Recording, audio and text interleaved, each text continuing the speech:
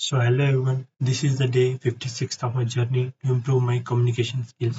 And today I studied about the first module of the machine learning, which is basically consists of what is machine learning, types of machine learning, and then some concepts related to machine learning like concept learning, hypothesis space, and then version space, then instance space, and then find S algorithm and candidate elimination algorithm, difference between supervised and supervised learning, difference between find S and candidate elimination algorithm. That's all about first modules. Let's go one by one each topic. So the first one is we should know what is machine learning. So machine learning is basically to train the machine or computer with the help of a data so that there is no need of explicit programming. Explicit programming means there is no need to manually there is no need of any person to do the manual coding. Machine can take machine can take their own decision by itself. They do not require any manual coding. So that's all about machine learning, and it is a part of artificial intelligence, which is a very broader concept.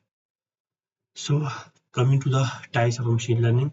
So there are four types of machine learning: supervised learning, unsupervised learning, semi-supervised learning, and reinforcement learning.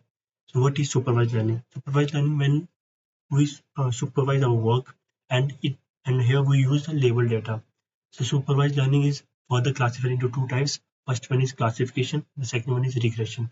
Classification means suppose we train some machine on some data, and if we give another image or another data on the uh, for that trained from that trained data, it automatically classifies that whatever the data which we are giving on the basis of the trained model. So that is basically known as the classifications, and the algorithms which are coming under the classification are random forest, decision tree, support vector machine, and a lot of examples which comes under the classifications.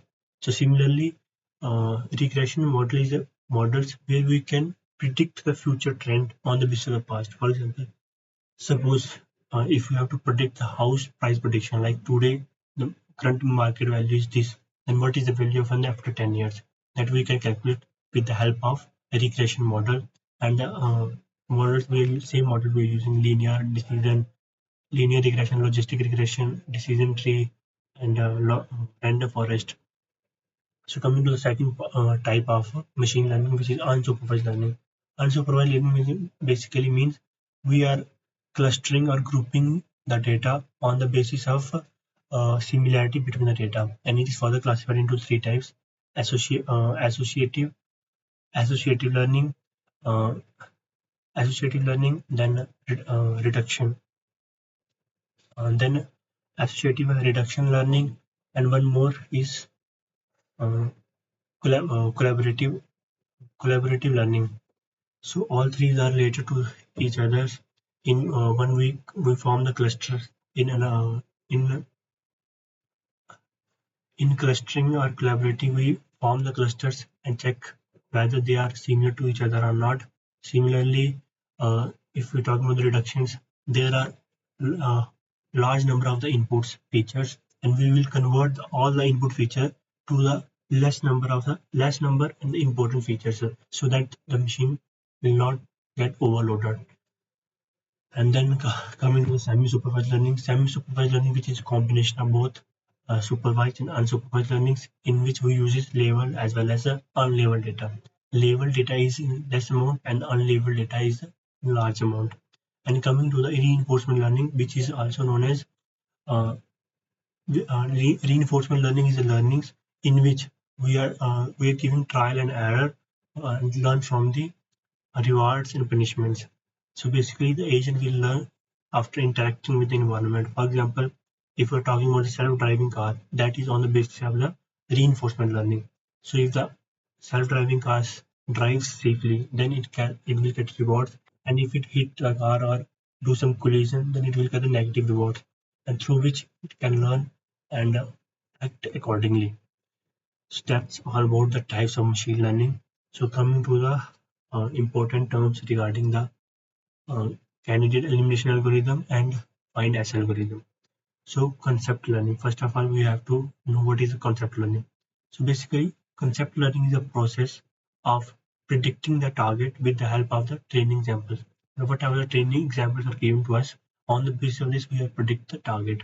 For example, if we have to predict today the match will happen or not, so how we can predict?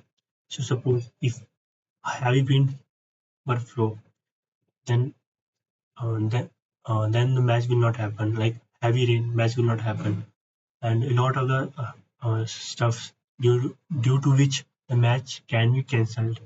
So these are the basically to find the final prediction on the basis of the given training example, which satisfy all the training examples is known as the concept learning. And coming to the hypothesis space, so hypothesis space is all the possible hypotheses that can be generated from the training examples is known as the hypothesis space. And instance space means it is a set of all the possible trainings examples which which includes all attributes. So to understand this, we will take a real world example. Suppose there are 100 students in a class, so all the students in a class are instance space, and if we have to calculate who is the topper and who is not on the basis of some criteria like scoring 90 greater than is equal to 90 and who have more attendance, on that basis we classify the students, that is known as hypothesis spaces. So basically instance gives us the quantity, and hypothesis gives us the probability and the number on which we classify the people some certain on the basis of certain parameter. So coming to the virgin space. So virgin space is a space which lies between the specific and the generic boundary. So it is the set or subset of the all the subset of the hypotheses of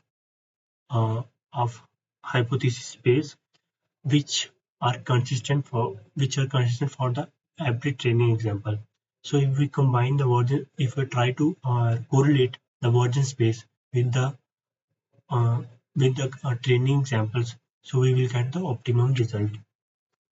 And then coming to the find S algorithm and the candidate elimination algorithm. So in find S algorithms, we recognize only the positive examples and we neglect the negative example. So there are certain steps to calculate the find X algorithm. The first step is to initialize the uh, specific hypothesis to the null, and after positive examples, we will change the specific hypothesis on the basis of the if the attribute matches the previous attributes, then we directly write it, and if it doesn't, then we will make it more generic, like putting question mark there. And after that, coming to the candidate elimination algorithms, it is basically a virgin space algorithms which consist both positive and negative examples. And if we encounter with positive examples, we will make specific to more generic, and if we encounter with negative examples, we will make generic to more specific. That's all about the candidate and the S algorithms. Advantages are S algorithms are faster, but candidate elimination is slower and computationally expensive. Disadvantage as algorithms can take only positive examples, but uh, in case of if we're talking about the candidate elimination algorithms, it takes both positive and negative examples. And then coming to the difference between the supervised and the unsupervised learning. So supervised learning, there is some supervisors, and in unsupervised learning, there is no supervisor. So supervised learning, we can predict output, and in unsupervised learning, we can just collaborate or just generate the uh, generate or collaborate the hypothesis. We cannot predict a single output. And examples are supervised learning, random forest, decision tree, and if we're talking about the unsupervised learning, then hierarchical reduction. That is an example of unsupervised learning. So that's all which I study in the machine learning. Still, I have to study a lot for my SEM and exams. Along with that, I have to prepare for my placement examinations as well as any kind of exam which I'm going to give in the upcoming days. So yeah, it's just a beginning, not an end. I'm still working on myself, still improving day by day. And yeah, there are some days when I feel less motivated, but I'm still showing up because I can't break this streak. Because even if I missed one day, I know that I never continue this for the longer period. and that motivation will not motivation, that discipline will permanently gone if I miss even a single day.